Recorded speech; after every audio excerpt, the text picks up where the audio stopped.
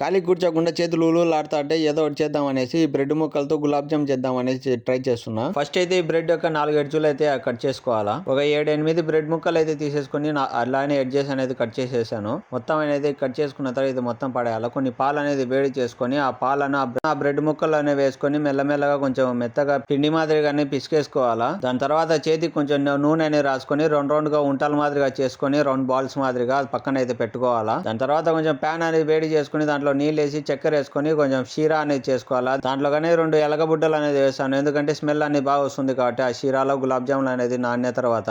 And ఈ షీరా అనేది ready అయిన తర్వాత దీన్ని తీసి పక్కన అయితే పెట్టేసుకోవాలా. దాని తర్వాత మనం ఈ రెడీ చేసిన బ్రెడ్ బాల్స్ అనేది నూనెలో అనేది డీప్ ఫ్రై అనేది చేసేసుకోవాలా. కొంచెం బాగా ఎర్రగా గోల్డెన్ బ్రౌన్ కలర్ లో వచ్చేంత వరకు మనం కొంచెం డీప్ ఫ్రై అనేది చేసేసుకోవాలా. ఇది అయిపోయిన తర్వాత బ్రెడ్ బాల్స్ తీసేసుకొని ఆ షీరాలు అనేది మనం నానబెట్టాలా. కొద్దిసేపు అనేది బాగా ఊరిన తర్వాత సేమ్ గులాబ్ జామున్ మాదిరిగా వస్తాయి. టేస్ట్ అనేది చాలా బాగుంది.